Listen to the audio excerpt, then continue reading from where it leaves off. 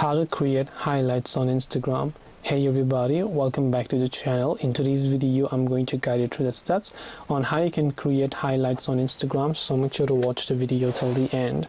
Now if you want to create highlights on Instagram, highlights are basically some of the stories and the archive that you choose to add on your highlights once they have been expired, right? So to create a new highlight, just tap on the new option from your profile page. Once you tap on it, just choose the stories that you want to add to this highlight. So if I select a certain amount of stories that I want to add to this highlight, I will simply select those stories here. I can simply scroll and add them, then tap the next option. Then I can simply give this highlight a name, and I can also choose to edit the cover depending upon what kind of image I want over here. So if I want that, I will just select that and I'll tap on done. Then I can just tap on the done option here in order to save the changes and create my highlight. And this way you'll be able to create highlights on Instagram. Hope this video was very helpful.